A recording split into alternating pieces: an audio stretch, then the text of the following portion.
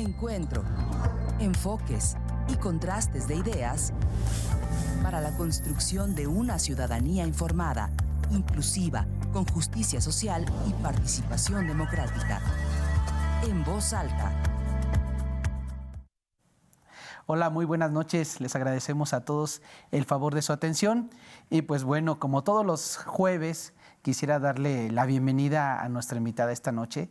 Esta noche, estimada audiencia, quisiéramos abordar un tema que pudiera ser interesante para usted y seguramente para la gente que tenga oportunidad de acceder a través de las redes sociales a este espacio, porque nos lleva a la reflexión sobre las diversas etiquetas que a veces y estigmas generamos sobre las nuevas generaciones. Hoy quisiéramos hablar de una etapa de la vida de la humanidad, del individuo, donde pues es una etapa de formación de criterio, una etapa en la cual pues de alguna u otra forma nos vemos inmersos en el consumo de diferentes propuestas culturales y que nos ayudan a tener un criterio para afrontarlos a la vida, para entender nuestra realidad. Y hoy quiero darle la bienvenida a Karina Romero. Karina, muy buenas noches. Hola, muy buenas noches. Muchas gracias por invitarme. Es la primera vez que aparezco en televisión, entonces la verdad estoy muy emocionada. Cari, pues nada, agradecerte a ti que te abras un espacio para compartirnos y entablar un diálogo. La finalidad de este programa es entablar un diálogo sobre la juventud, sobre las nuevas propuestas de consumo, las nuevas propuestas de entretenimiento y de manera particular en el segundo bloque, aprovechando que Cari tiene experiencia y de alguna otra forma es productora de contenido, que de alguna otra forma pues nosotros podamos entender a profundidad qué es el K-pop. Y pues bueno, entender no solo la parte del consumo y entretenimiento, sino también su raíz y su origen, ¿no? Nosotros como sociedad a veces somos demasiado duros, demasiado soberbios, sobre todo la gente ya adulta que pasamos de cierta etapa en nuestras vidas y que de alguna otra forma pues estigmatizamos a las nuevas juventudes y pensamos, ¿no? En el caso de Cari, si me lo permites decir, pensamos que lo que consumen ahora carece de sentido cuando es todo lo contrario, ¿no? Yo creo que las nuevas propuestas de ocio que tienen nuestros jóvenes y nuestras jóvenes, pues atiende a necesidades del contexto social. Y yo quisiera empezar la charla, Karina, si tú lo tienes a bien, pues hablando del concepto de juventud. Fíjense ustedes que este concepto pues no existía en otras épocas de la historia de la humanidad. Es un concepto que nace con la época moderna, es un concepto que nace acompañado de la era de la industrialización, es decir, nace con el capitalismo, donde se le asigna una nueva etapa a los individuos, ¿no? En la época griega, por ejemplo, de la niñez se pasaba a la adultez y es un concepto asociado a, digamos, a un tema de mercado, ¿no? A tal grado que en la época neoliberal y de la sociedad de la información, pues hay un exceso y un culto excesivo a la etapa de la juventud, Cari. Entonces, y este es un concepto que creo que vale la pena abordar porque nosotros somos muy severos a veces en cuanto a juzgar a los jóvenes y a las jóvenes y a les jóvenes y que de alguna otra forma no entendemos a veces esa desconexión que hay entre ciertos criterios de entender el mundo con estas nuevas generaciones. Y yo quisiera empezar este diálogo, Cari, preguntándote, ¿tú cómo ves a la sociedad? ¿Cómo ves esta comunicación de estas nuevas generaciones con generaciones que les antecedieron? Fíjate que cuando uno estudió la licenciatura, cuando uno pasaba por las aulas en la universidad, la gran discusión con nuestros profesores, mi generación, que somos la generación X, los que nacimos en los 60s, bueno, de los 70s a los 90s, la discusión era por parte de nuestros profesores, la generación Baby Boomers, que como tú lo sabes, pues son una generación que cuestionó al sistema, ¿no? Y que de alguna otra forma, gracias a esta generación de los baby boomers, se les llama así porque son la generación producto de las guerras y de las bombas, pues esta generación cuestionó mucho el sistema económico, el sistema social, el sistema ideológico que imperaba y de alguna otra forma fue el precedente para esta sociedad postmoderna donde existen derechos muy importantes para los y ahora jóvenes que tienen que ver, por ejemplo, con nuestra identidad de género, nuestra preferencia sexual y estas cosas, y que creo que es importante pues partir de este criterio, ¿no? Que a veces hay un hay una óptica demasiado soberbia de generaciones anteriores que han logrado, Cari, estigmatizar a tu generación a veces y han cometido excesos, ¿no? Y ¿qué si les llaman generaciones de cristal? O sea, ¿tú cómo ves estas etiquetas y esta comunicación, este diálogo intergeneracional, Karina? Me gustaría decir que justamente la manera en la que abordaría los temas sería desde mi formación académica, que es comunicación. Entonces hablaremos mucho de redes, de cómo se relacionan los jóvenes en estas, precisamente. Entonces yo creo que sí es totalmente contextual, ¿no? O sea, no podemos simplemente ir por la vida estigmatizando a las generaciones porque es diferente lo que vivieron ustedes y es diferente lo que han vivido nuevas generaciones. En mi caso, la verdad es que estoy en un limbo generacional que es entre los millennials y la generación Z, porque soy de 1997. Entonces viví este cambio tecnológico, pero a su vez vi parte del nacimiento de las redes sociales más populares del momento y a su vez también comparto ciertos ideales con lo que categorizan como la generación Z. En este sentido, me gustaría decir que las preocupaciones obviamente son diferentes. Ha habido muchas, ¿cómo se podría decir? Actualmente una preocupación muy grande es la priorización o la visibilidad de los grupos minoritarios. Siento que la generación Z, especialmente, que es con la que me identifico un poquito más en cuanto a ideales ideológicos, es precisamente visibilizar lo que ya les comentaba y también hablar sobre temas que antes no se hablaban. Y siento que parte de que nos digan generación de cristal, a mí realmente no me molesta, porque digo, pues sí, no tendríamos que aguantar las cosas que aguantaron antes. ¿Por qué tendríamos que hacerlo? Tenemos que señalarlo, porque si no existe un conflicto, si no existe una señalización, no hay manera en la que podamos mejorar y avanzar como sociedad. En ese sentido, el hecho de las diversidades sexuales, de temas sociales como el feminismo, o que obviamente el feminismo ya se abordó desde hace mucho tiempo, pero ahora se ve de otra manera, ha evolucionado, pues es porque señalamos cosas que antes no se hacían. Entonces, ¿por qué insistir tanto en agregar etiquetas? Que es lo que luego siento que es como una queja constante que veo en generaciones anteriores. Pues porque es una manera de identificarse, es una manera de relacionarse y siento que en el sentido, por ejemplo, de los pronombres, que siento que es un tema como a veces muy dramático, que no debería de ser un tema dramático en realidad. O sea, si una persona te está pidiendo, oye, refiérete a mí de esta manera, siento que es cuestión de respeto, ¿no?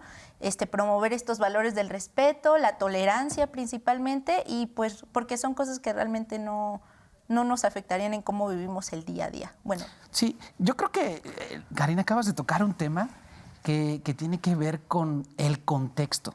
Sí. Y mi generación, particularmente los que nacimos en los 70s, ya somos modelo viejillo, hemos vivido una revolución y una transformación tecnológica de tal forma que cuando nosotros estábamos en la primaria, Karina, no existían los celulares. O sea, las computadoras pues eran una leyenda urbana del FBI y que te decían en la primaria y la secundaria, pues son una especie de refris grandísimos y hasta la prepa creo que mi generación tuvo contacto con una computadora así como lo más cercano a lo que se conoce ahora, una televisión casi de Volvos y esas cosas.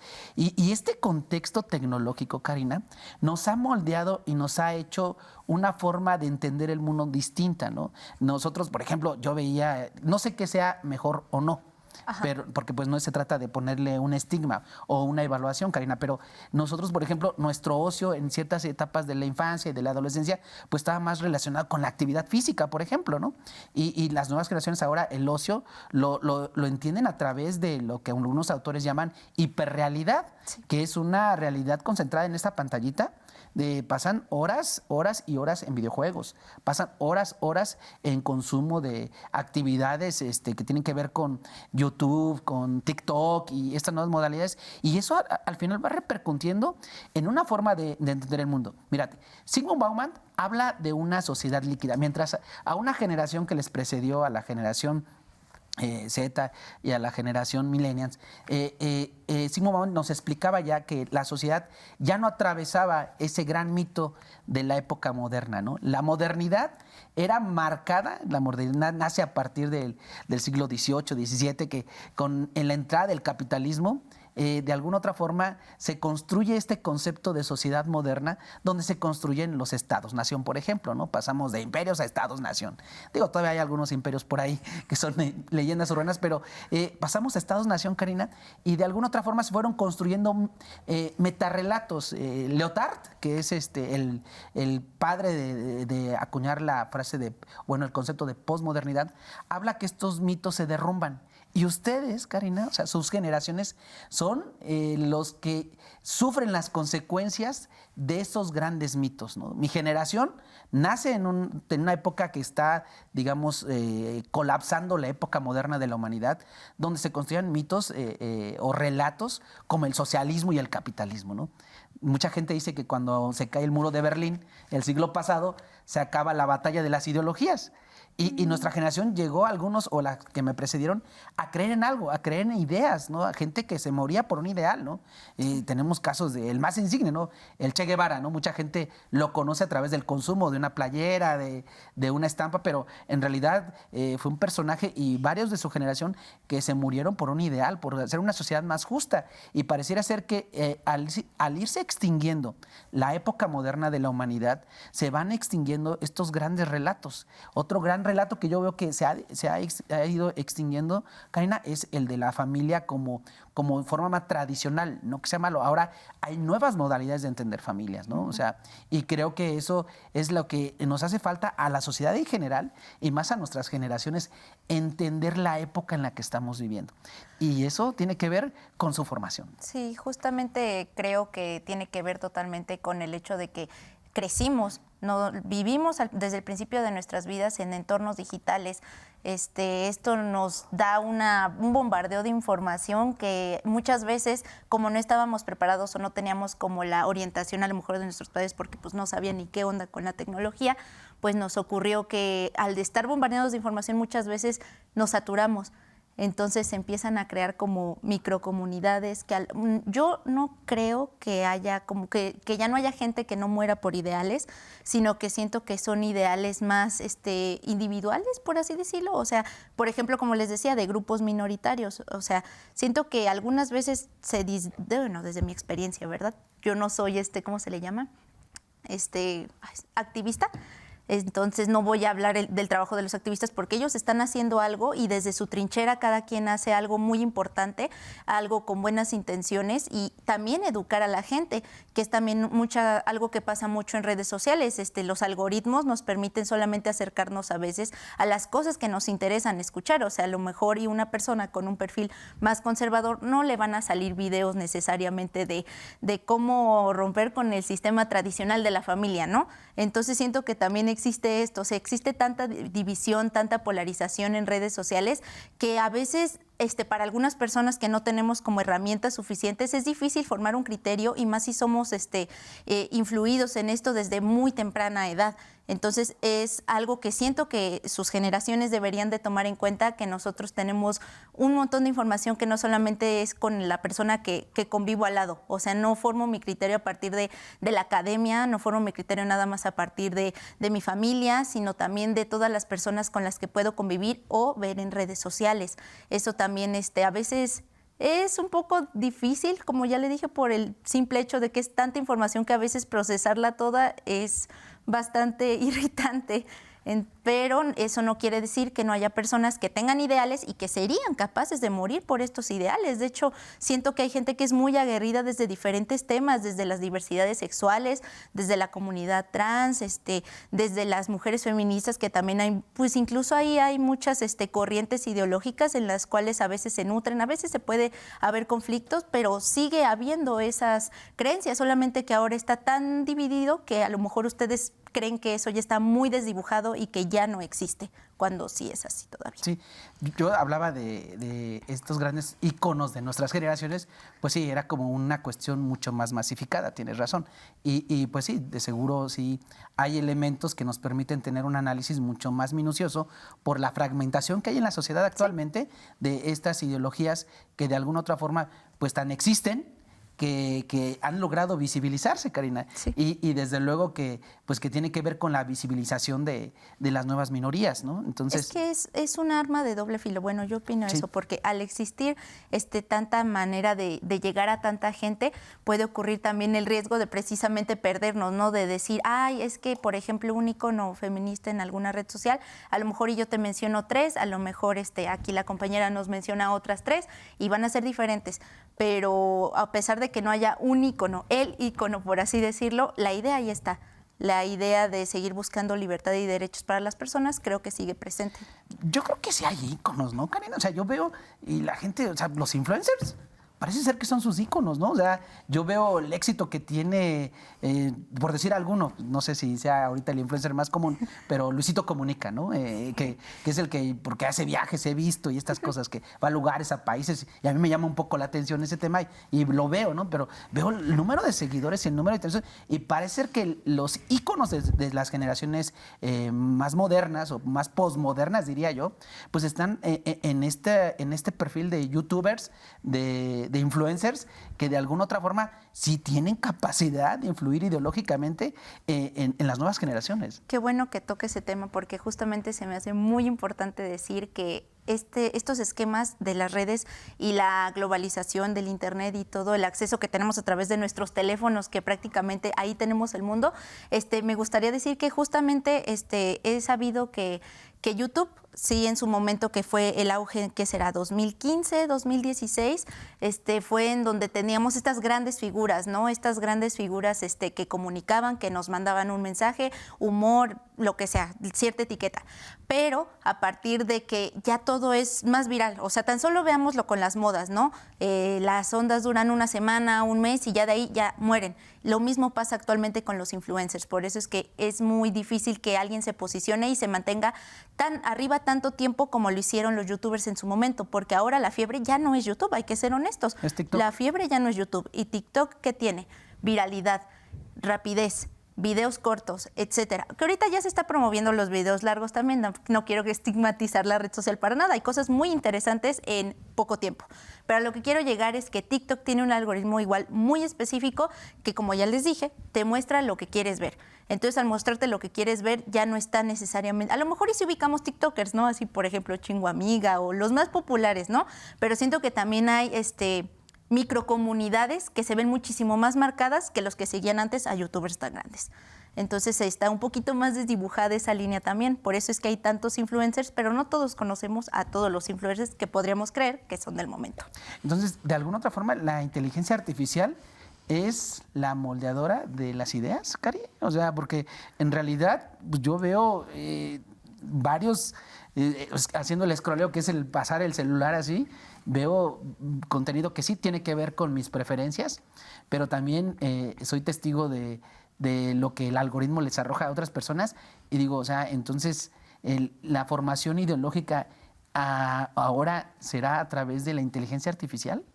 En parte sí y en parte no. Yo opino que gran parte del trabajo de nosotros como consumidores, o sea, sí podemos ser totalmente moldeados por lo que se nos muestra en redes sociales. Esa es una realidad, porque al recibir tanta información podemos dejarnos llevar por la primera que veamos. Por eso es importante que el usuario tenga el criterio para estar en redes. Por eso es que siento que sí es importante cuando hablan sobre las edades en ciertas redes sociales, porque nosotros a final de cuentas decidimos, bueno, quiero creer todavía en esa imagen, ¿no? Que decidimos qué ver, que a lo mejor, y les puedo decir que en mi experiencia cuando entré a TikTok por primera vez, me bastó con saltar y decir que no quería ver 5 tipos de contenidos y de ahí el algoritmo ya estaba formado totalmente a lo que a mí me gustaba. O sea, ya sabían lo que querían que yo viera. Sin embargo, de vez en cuando no está mal ver otros lados, no está mal ver qué es lo contrario de lo que dicen las personas que dicen lo que a mí me agrada, porque siento que a final de cuentas el poner a discutir esas ideas son las que forman el criterio, pero eso totalmente es como una lucha que tenemos los consumidores o prosumidores en estas redes sociales. Fíjate que luego los académicos nos metemos en esta burbujita de interpretación teórica y hacemos juicios de valor un poco severos y a veces desde la ciencia misma pues tenemos como ciertos argumentos que nos dicen, bueno, ahora con el acceso a las tecnologías, las nuevas generaciones, pareciera ser, y ya hay estudios al respecto, que generan una especie de pereza cognoscitiva, es decir, ya parece que estamos ante individuos, y lo digo muy respetuosamente, individuos que ya no procuran investigar más allá de lo que una simple pantalla en 10 o 15 segundos les proyecta. Parece ser que el nuevo perfil de la sociedad, de los individuos y de las compañeras, compañeros y compañeras es una sociedad donde son consumidores en su gran mayoría. Sí hay muchos productores, yo lo veo, cualquier persona puede producir cosas, pero que de alguna otra forma la gente que consume ya solo lo hace en esto. Y tú me vas a decir, bueno, su generación veía tele y no creo que se hayan puesto a investigar a ver si lo que la tele decía era verdad. O sea, lo sé, Karina. Y una de las ventajas que tu generación tiene es que cualquier cosa se puede decir y hacer en una red social y se puede viralizar. Y ya no tienes esos cercos autoritarios que tenía la televisión antes, ¿no? Que solamente unos privilegiados decían quién salía a cuadro. Ahora cualquier persona puede hacer una red social, se hace viral, se hace conocida y puede argumentar cosas. O sea, yo veo que sí hay transformaciones que favorecen la discusión. ¿Qué tan profunda es lo que me preocupa? Ahora, ¿cómo ves ese diálogo entre generaciones? O sea, ¿realmente nos estamos entendiendo o ya hay una disrupción y nosotros nos estamos pues aferrando a las utopías cuando parece ser que ahora el mundo se rige bajo distopías? O sea, y pues yo lo veo, ¿no? The Black Mirror, por ejemplo, una serie que seguramente han visto, pues habla constantemente de las distopías que hay en el futuro de la humanidad, pero entonces, ¿hay una ruptura de diálogo? Yo siento que principalmente tendremos que tener empatía y tolerancia justamente entre generaciones, porque así como a lo mejor nosotros no entendemos por qué consumían las cosas como las consumían, a lo mejor lo puedo entender justamente aquí sentándome a platicar y cómo usted consumía este tipo de cosas o viceversa, aunque no sé qué tan no me atrevería a decir de manera total así de, ay, de mi generación no los quiere escuchar o su generación no nos quiere escuchar, pero siento que literalmente esa sería no la solución, pero una manera en la que nos podríamos comprender y además apoyarnos mutuamente, porque en algo que sí estoy de acuerdo es que justamente aunque tenemos toda la información a la mano, a veces no tenemos la educación para informarnos de manera adecuada. Tenemos la información, pero como ya dije, estamos tan saturados que preferimos a veces prescindir de ella. Y la verdad es que yo lo veo mucho con familiares míos, mis primos que son más chicos que yo, que por ejemplo me dicen, ay, es que vi esta cosa en TikTok, y le digo, bueno, ¿y luego qué más investigaste para ver si era real? No, pues nada más me fui a Facebook a ver esto. Y yo, bueno, ¿y por qué no investigaste en este otro lado o en este otro lado? O al menos unas 3 fuentecitas para que pudieras darte cuenta si era verdad o era mito. Entonces siento que tiene mucho que ver con qué herramientas le damos a nuestros jóvenes para que ellos se enfrenten a la diversidad de información que existe en las plataformas de Internet. Eso es muy importante porque un consumidor o un prosumidor que no se cuestiona, que no critica, va a ser muy fácil de persuadir en estos espacios digitales. Y eso va a pasar, eso pasó incluso en sus generaciones, porque hubo personas que a lo mejor veían la tele y decían, no, ¿sabes qué? Yo no creo eso, a lo mejor me investigo aquí en la academia, me investigo acá con mis compas que están en el movimiento, pero siempre ha sido lo mismo, siempre ha sido cuestión de no querer abrirnos a buscar en otros lados. La única diferencia ahora, y que creo que es un poquito más complicado, es que ahora tenemos tanto que ver, que es como de, no, me cierro y ya, porque a veces tristemente, a veces es más fácil cerrarnos y vivir nuestra vida tratando de fingir que no existen esas preocupaciones. Sí, y con esto me quisiera remitir al marco axiológico, es decir, a los valores que han puesto en boga las diferentes etapas de la humanidad, o sea, de manera particular los jóvenes, ¿no? Si nosotros hiciéramos un reencuentro, Karina, de la historia de la humanidad, por ejemplo, si dividiéramos en épocas la historia de la humanidad, por ejemplo, una época clásica, ¿no? Desde los primeros humanos que vivían de manera nómada y que luego se asentaron y que vieron que lo importante era la sobrevivencia y era un valor fundamental, por ejemplo, la fuerza física, ¿no? Sí. Para sobrevivir y estar cerca de una brecha de agua y demás. Y luego llegando en esa misma época de la edad antigua de la humanidad, pues a la conquista de imperios, ¿no? Los romanos y demás. Y luego yo dividiría otra parte que es el medievo, que son 10 siglos, donde a partir de el empoderamiento de la religión, es decir, en esta época donde muchos la denominan como el obscurantismo, pues se logra colocar en el centro la idea de que hay un Dios y que que Dios es el centro del universo y que Dios es el que nos ayuda a interpretar, y todas estas generaciones pues entendían el mundo a través de la religión. Y luego viene después del siglo XVI esta época de la modernidad, que es donde empieza ya este concepto de juventud, y que este concepto de, la época moderna centra lo importante en el individuo, como el hombre, o es decir, las personas, el centro de todas las cosas, ¿no? Por encima del Estado, por encima de la religión, y entonces empieza. Y luego viene esta época que es la posmodernidad, donde ya es el individuo, pero ahora de manera particular, o sea, ya es, como lo acabas de decir, y eso da ahora entiendo esto que estás exponiendo, Cari. O sea, el individuo, al verse tan fragmentado, pues cree de manera subjetiva. Pasamos de, por ejemplo, la ciencia, ¿no? Que la ciencia pues era la luz por la cual entendíamos cosas, y que ahora pareciera ser que todo se subjetiviza. O sea, todo encuentra una explicación a partir de mi experiencia personal. Sí. Porque antes el referente era científico. Antes, de alguna otra forma, pues la ciencia nos daba una luz. En el obscurantismo Dios nos daba una luz. Luego vino la ciencia en la época moderna, nos daba una luz. Y ahora en la posmodernidad, la luz es nuestra experiencia y nuestras emociones, Karina. Y creo que las redes sociales y la forma en la cuales ustedes están socializándose con el mundo les favorece para potenciar esas experiencias a través de las emociones y los impulsos. Sí. Estamos atestiguando una época de la sociedad de los impulsos, de la sociedad de las emociones, ¿no? Mientras en la época moderna lo sustantivo era la razón, ¿no? Pero eso es época del pasado y estamos atestiguando esto. Entonces, yo creo, Cari, que igual no sé si era mejor o peor. No, o sea, de verdad no quisiera poner esos estigmas, sino son momentos. Y ¿por qué doy este contexto, Karina? Por una cuestión que tú acabas de abordar que tiene que ver con la posibilidad de la alfabetización digital.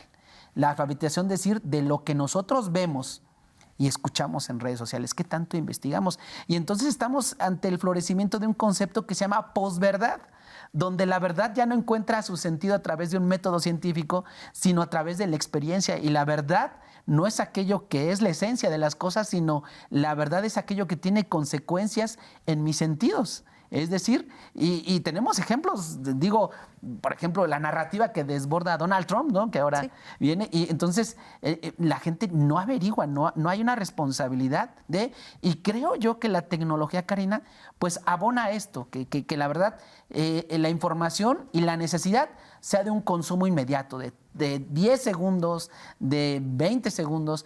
Poca gente soporta la profundidad de un análisis en redes sociales. Sí.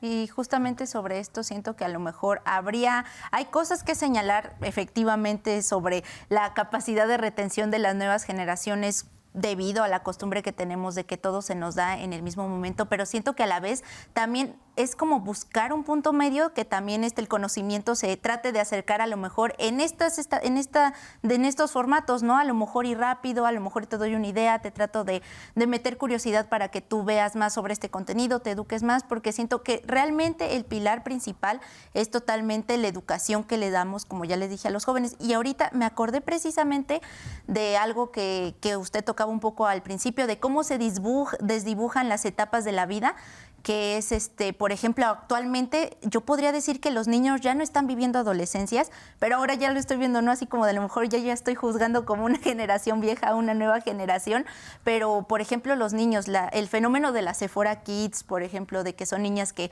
ya se preocupan muchísimo por su apariencia, que niñas, hablamos, o sea, ¿en qué edades, Karen? De 10 a 12 años, o sea, son jovencitas, o sea, son niñas.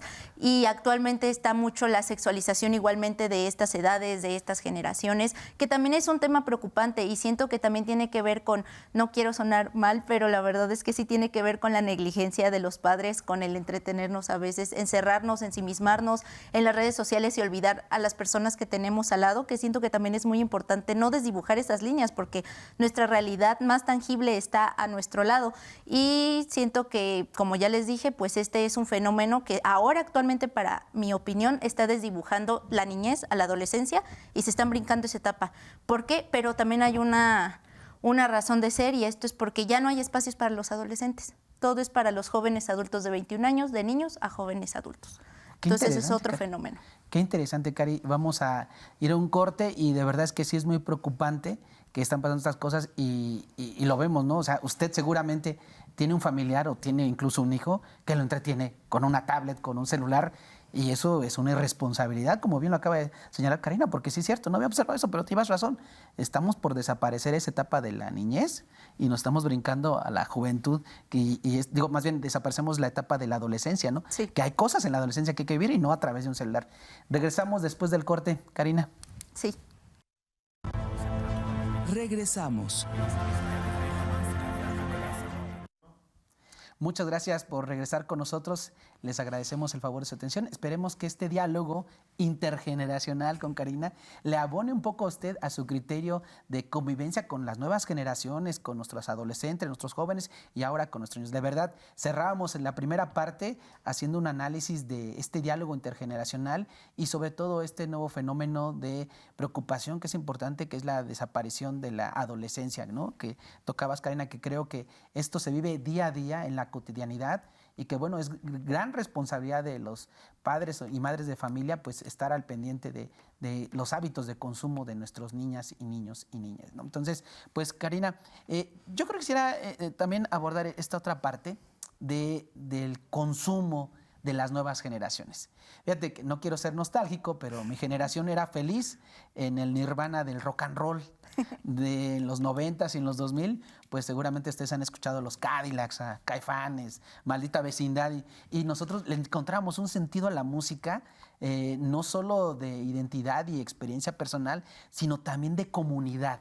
De hacer comunidad, digamos, estas formas de interactuar en nuestra generación, pues era de alguna otra forma también antisistema. A lo mejor no sé si tengas el dato, pero en México, por ejemplo, se prohibió el rock un tiempo, ¿no? Era prohibido el rock and roll, ¿no? Después de un conciertazo que hicieron en Avándora, donde la banda se rebeló y consumió ciertas sustancias ilegales y además, pues bueno, pues hicieron un buen rap ahí en este tema, ¿no? Y a raíz de eso, pues vinieron ciertas prohibiciones, porque la juventud de los 60s y los 70s iba a colapsar a la idiosincrasia mexicana. Entonces, veíamos y atestiguamos un consumo que también, Cari, nos generó estereotipos absurdos, ¿no? Eso en cuanto a la música, pero en cuanto hay otro tipo de consumo, ¿no? Vivimos y crecimos, y no porque esté mal, ni quiero que se tome como agresión a esas generaciones que crecieron con Jorge Negrete, con Pedro Infante, que son los clásicos del cine mexicano, por ejemplo, pero que de alguna u otra forma abonaron a estereotipos en cuanto a roles, en cuanto a actividades de nuestras generaciones, ¿no? De tal forma que alguien de mi generación tiene muy presente la carga existencial que implica ser varón, que implica pues, ser proveedor, por ejemplo, ¿no? Y que ahora, afortunadamente, estamos atestiguando generaciones que ya no tienen nada que ver con esos roles, ¿no? Entonces, quisiera en esta primera parte, ¿cuáles son digamos, los nuevos consumos de ocio y de entretenimiento y qué nuevos roles estamos adoptando con las nuevas generaciones? ¿Cuáles ves tú, Karina? ¿Cuáles veo? Pues es que en realidad la verdad es que en el que yo más convivo es que creo que son actualmente sí unos populares, que es justamente el consumo de la música K-pop, así como de la cultura anime y del manga. Entonces, he notado mucho que precisamente al vivir en una era globalizada ya somos más propensos a consumir contenido extranjero principalmente. En esta era de la globalización nos llama la atención qué es lo que hay del otro lado de la frontera, qué es lo que nos ofrecen, porque en realidad uno creería que en otros lados se escriben las mismas narrativas y no es así. O sea, muchas veces a lo mejor, en mi caso, en mi infancia veía las narrativas que teníamos aquí en México o influenciadas por Estados Unidos a través de Disney, de las películas de princesa, los clásicos, y después en mi adolescencia empiezo a empaparme de la cultura japonesa y entonces termino siendo encantada porque era algo diferente a lo que yo estaba viendo y lo que necesitaba era como esa frescura. Entonces siento que actualmente estamos más tentados precisamente a ver qué es lo que hay del otro lado del charco y eso nos puede traer un enriquecimiento cultural muy interesante porque hay obras, no solo, pues de hecho hay un chico, no recuerdo su nombre actualmente, es un chico chico que es de Perú, que hace música inspirada en el K-pop precisamente, pero él canta en su lengua nativa. Entonces son barreras que antes existían y ahora se desdibujan y nos permiten dar estos nuevos contenidos que son nuevos, que son frescos y llamativos. Sí, es interesante, de verdad. Yo tengo una hermana un poco más chica que tú y es fanática del K-pop, ¿no? Hace poco creo hubo un concierto en la Ciudad de México. ¿El de Twice? Sí, y se lanzó por allá, ¿no? Y bueno, yo veo y digo, bueno, de verdad, pues yo no encuentro identidad en ese consumo, pero mi hermana me platicaba de muchas cosas que seguramente tú dominas mucho más y que tiene que ver con el K-pop, ¿no? Y en eso yo quisiera entrarle de lleno. A ver, o sea, los nuevos consumos, los nuevos hábitos de ocio de estas generaciones, pues están formando un criterio distinto, están observando el mundo bajo otra óptica. Y llevas razón, la globalización. Yo recuerdo cuando yo era joven, bueno, adolescente, hablar de Kiss era el contrabando de un vinilo que te lo traía tu tío del gabacho, de contrabando literal, porque si no tienes que pagar impuestos, y era difícil acceder a otro tipo de consumo de música, ¿no? Ahora con esta era globalizada, donde en un clic obtienes lo que quieres, pues bueno, pues creo que es interesante ver cómo esta facilidad ha logrado quitarle a Occidente el centro, porque no sé, el K-pop, a veces y lo digo con respeto, Cari, pero de verdad, a veces uno ve y ya no entiende, se desdibuja lo que es Occidente y lo que no es Occidente. Y esta parte eurocentrista incluso nos llena de muchos prejuicios. Pero yo quisiera que entráramos de lleno. ¿Qué es el K-pop? ¿De dónde nace? Y más o menos hacia dónde nos lleva en cuanto a la perspectiva del mundo. Para abordar este tema me gustaría citar a un autor, que de hecho aquí tengo mi cita anotada, entonces si me permiten, claro. Voy a hablar sobre el concepto de la cultura mainstream para Frederick Martel, quien dice que el mainstream es lo contrario de la contracultura, de la subcultura, de los nichos de mercados. Para muchos es lo contrario a arte. Sin embargo, el término mainstream puede tener dos interpretaciones, tanto positiva como negativa. La positiva podríamos decir que prácticamente es cultura que se acerca a todos, cultura democratizada, pero también a su vez lo negativo podríamos decir que es cultura barata, cultura que no tiene fondo, etcétera. Y en este caso yo categorizaría el K-pop como la cultura mainstream de Corea del Sur, que es el origen principal de esta industria, porque la verdad es que quiero empezar justo por ahí. Para mí, y desde lo que he estudiado y de lo que he vivido escuchando esto, es que el K-pop no es un género. Siento que es algo que también la gente a veces se acerca a esto y es como de, ay, ese género no me gusta. El K-pop no es un género, sería una forma muy reduccionista de verlo. Es toda una industria que justamente contiene muchos géneros y me gustaría un poquito más adelante precisamente mostrarles dos ejemplos de dos canciones que suenan totalmente diferentes y siguen siendo parte de esto, siguen siendo K-pop, a pesar de que son totalmente opuestas. Entonces, no sé si para poder iniciar me apoyen con el video, con los videos.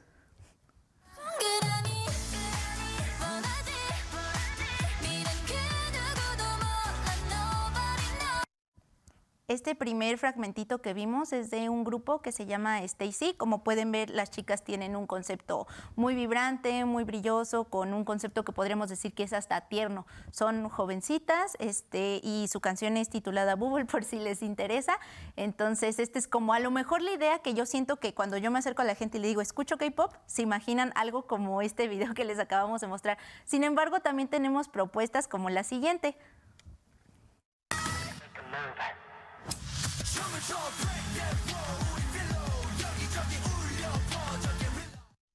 Este fragmento que acabamos de ver es del grupo 80s, quienes tienen mayor inspiración en géneros un poquito más pesados como el hip hop, y en esta canción específico que es Guerrilla, también en rock. En alguna parte de la canción también cantan con guturales, entonces no podríamos reducir el K-pop como un género que solamente nos imaginaríamos como STAYC en nuestra burbujita. Precisamente entendido como industria, quiero decir que el K-pop nació aproximadamente en los años 90. Y creo que uno de los más grandes referentes empresariales de esta industria es Lee So-man, quien creó uno de los grupos más conocidos en aquel entonces, que fue a principios de los 2000, si no me equivoco, que es HOT. con puntitos entre cada letra, que fueron la primera boy band de Corea. Y precisamente lo que caracterizó al K-pop en sus inicios fue que tomaron cosas que veníamos de Occidente. Por eso es que se nos hizo tan familiar cuando lo empezamos a escuchar de este lado del mundo, porque tomó inspiración de lo que en aquel entonces fueron las boy bands, la música más popular de Estados Unidos, principalmente Lizzo Man, se lo llevó a Corea, hizo todo un sistema de trainees, así se les llama a los chicos y chicas que se meten a estas empresas desde muy jóvenes para entrenar y convertirse en idols en el futuro si es que les va bien. Después hablaremos de estas partes trágicas de la industria, porque no todo es bonito, efectivamente.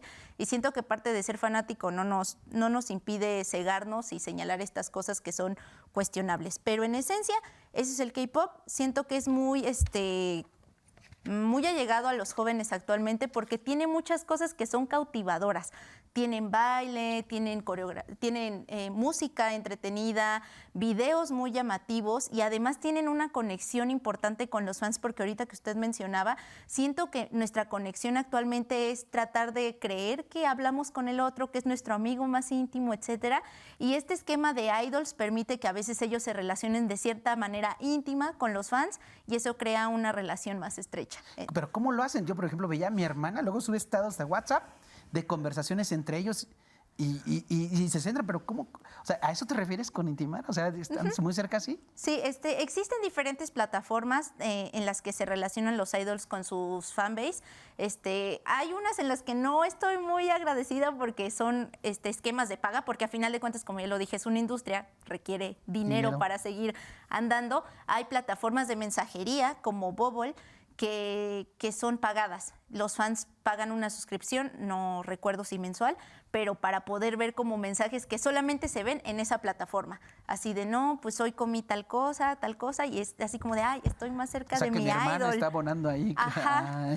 Y también está otra plataforma que, bueno, actualmente ya no sé si todavía existe, pero en su momento estuvo VLive, que era una plataforma en donde hacían en vivos. Actualmente es en Instagram, ya recordé bien. Hacen en vivos en Instagram en donde a veces comparten cuando están comiendo, cuando están haciendo su rutina de noche, etcétera, etcétera. Entonces, son de estos esquemas que también nos dejó la pandemia, que fue cuando todos empezamos a convivir todavía más a través de las pantallas y compartir nuestras rutinas y de cierta manera sentir que creamos intimidad con esa persona que vemos a través de la pantalla.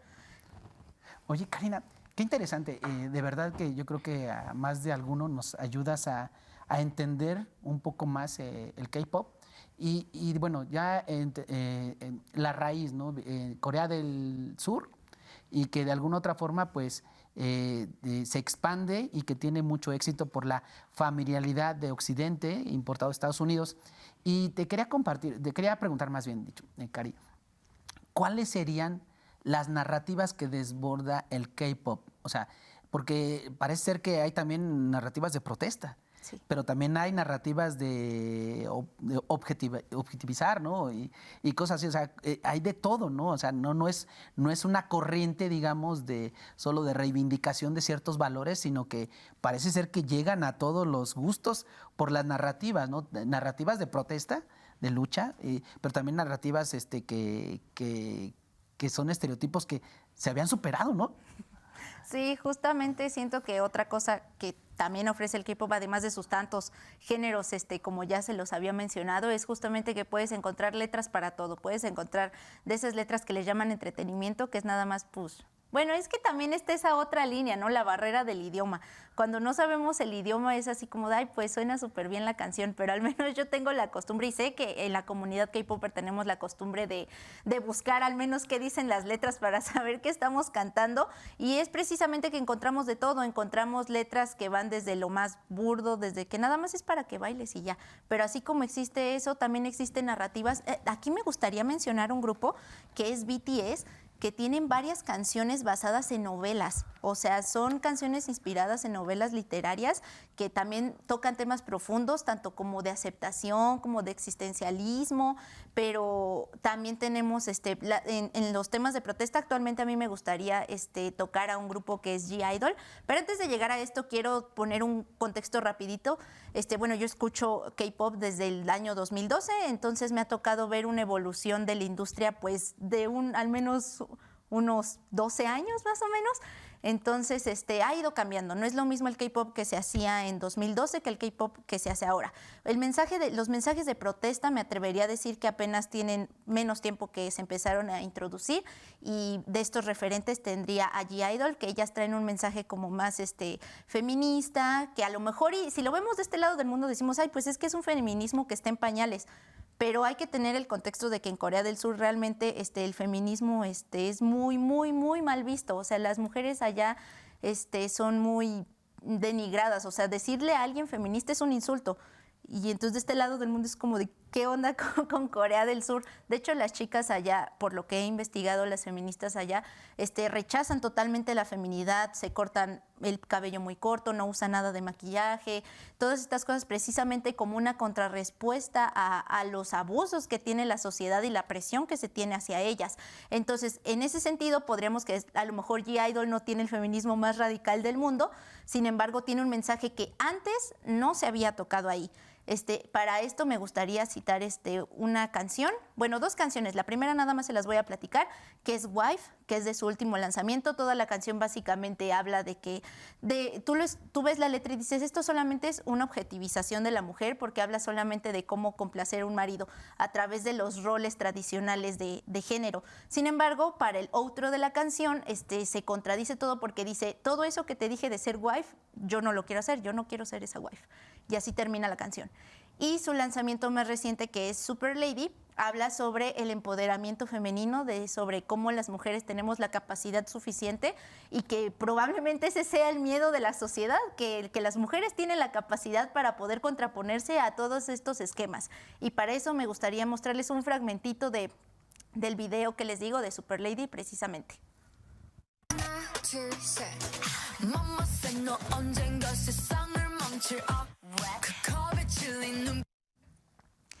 Bueno, si gustan buscar la letra completa, está en YouTube. Igual nada más le ponen G-Idol, Super Lady, Super Español, y ahí les va a salir para que la vean. Quiero rescatar de este video, escogí este video en específico de ellas, porque en el video se representan a mujeres poderosas que fueron malentendidas a lo largo de la historia. Tenemos a Cleopatra, Atenea, también por ahí sale Cruella. Ella no logré entender muy bien qué hacía ahí, pero al final de cuentas y Medusa, perdón, y la reina Antonieta. Entonces, en el video musical se utiliza toda esta simbología de mujeres poderosas en la historia, que a final de cuentas se ha demostrado históricamente que muchas de ellas fueron mal interpretadas, que fueron señaladas por cosas que las estigmatizaban en el contexto en el que vivieron. Entonces, siento que justamente en Super Lady mostrar estas imágenes representativas son muy importantes. Y igualmente este grupo no es la primera vez que habla sobre esto. En su lanzamiento anterior, que fue Queen Card, hablaron sobre la aceptación de uno mismo, especialmente siendo mujer, en esta sociedad con tantos estereotipos de visuales, especialmente en Corea. En Corea, que es tan común los procedimientos estéticos, someterse a ellos desde la adolescencia, porque tu carta de presentación allá es tu imagen. Si no eres guapo, si no eres atractivo, no vas a tener éxito en la vida. Entonces Idol también habla sobre eso en su lanzamiento anterior, que es su álbum I Feel, que es una carta al amor propio, que también siento que puede relacionarse con sentimientos que tenemos de este lado del mundo. Si gustan pueden buscar el video, es Queen Card, y el otro se llama Allergy, que también son videos inspirados en la onda Y2K, pero que hablan sobre una crítica un poco satírica de los estereotipos de género. Oye, Karina, de verdad, nos has dado toda una cátedra de lo que representa el K-pop, y también toda una cátedra de lo que sería un diálogo intergeneracional. De verdad, Karina, creo que nuestros televidentes pues, podrían hacerse de otra perspectiva sobre la posibilidad de comunicarnos de manera diferente con estas nuevas generaciones, y que desde luego entendamos los contextos, ¿no? Te digo, uno no se mete así como nosotros criticamos, ay, es que no investigan, es que se dejan, pues así uno mismo también, ¿no? Ves el K-pop y hasta hoy en día, debo confesarlo, hoy entendí un poco más a profundidad el K-pop. Te agradezco mucho, Karina, en esa posibilidad. Yo quisiera ir cerrando el programa, Karina, si me lo permites, en una perspectiva ya a manera de conclusión. ¿Qué depara a este diálogo intergeneracional? ¿Qué depara en cuanto a la comprensión del mundo de las nuevas generaciones y cómo abonaríamos nosotros a ser más responsables, ¿no? Un acto pequeñísimo podría ser esta parte del acceso a la tecnología a edades muy tempranas, limitarlo, yo creo que sería un tema importantísimo. Pero tú, ¿cómo ves las nuevas generaciones en cuanto al diálogo con las generaciones pasadas y qué podríamos hacer? O sea, ¿cómo ser más cercanos con las nuevas generaciones? A lo mejor esto va a sonar muy individualista, pero yo siento que algo muy importante a lo mejor sería acercarnos primero a los que tenemos al lado, a nuestros papás, a nuestros hermanos menores, a nuestros primos menores, saber qué piensan, tanto nosotros como alguien mayor, como alguien menor, porque realmente incluso en personas que son 2 años, 3 años más chicas que yo, ya hay un mundo ideológico totalmente diferente. Entonces yo siento que lo primero es la iniciativa, pero tratar de tener los menos prejuicios posibles, tratar de quitarnos esas ventanitas que ya traemos, porque si no, no vamos a escuchar al otro. Esa es una realidad y eso va a pasar ya sea usted conmigo, yo con usted. O sea, tenemos que tratar de entrar sin prejuicios, escuchar todo y ya después a lo mejor y discutirlo e interponer ideas. Eso es principal, pero primero en la familia, primero con los más cercanos y luego en espacios como este en donde se nos permite hablar de estos temas. Pues muchísimas gracias, Karina. Yo creo que a manera de conclusión diríamos, pues ahí lo tiene cerca. Yo creo que es importante poner en práctica. Y nosotros como medio público, como medio de comunicación de la universidad, pues abrir estos espacios, ¿no? De verdad, Karina, es un gusto tenerte aquí en nuestro programa En Voz Alta. Aquí siempre hablamos de política y análisis económico y esto, pero creo que a veces nos hace falta ese diálogo con las nuevas generaciones y el tema de hoy y tu presencia, yo creo que nos da elementos para llegar a nuevas audiencias y para entablar ese nuevo diálogo intergeneracional. Te agradezco mucho, Cari. ¿Algo con lo que quieras cerrar? Igual estoy muy agradecida por el espacio. Siento que sí es muy importante tratar de acercarnos a las personas, siempre estar abiertos a nuevas ideas, no necesariamente para aceptarlas, pero siempre para compaginar las historias y crear algo diferente y algo nuevo. Entonces, muchas gracias por abrir una nueva perspectiva aquí por lo que me dice. Estoy muy emocionada y muy encantada de haber estado aquí. Pues muchas gracias. Ojalá que visiten a Karina. Ahí aparece en este momento su usuario. Soy New Champlay, hago contenido en YouTube, TikTok, Facebook e Instagram. Pues muchas gracias. Gracias. Nos vemos luego.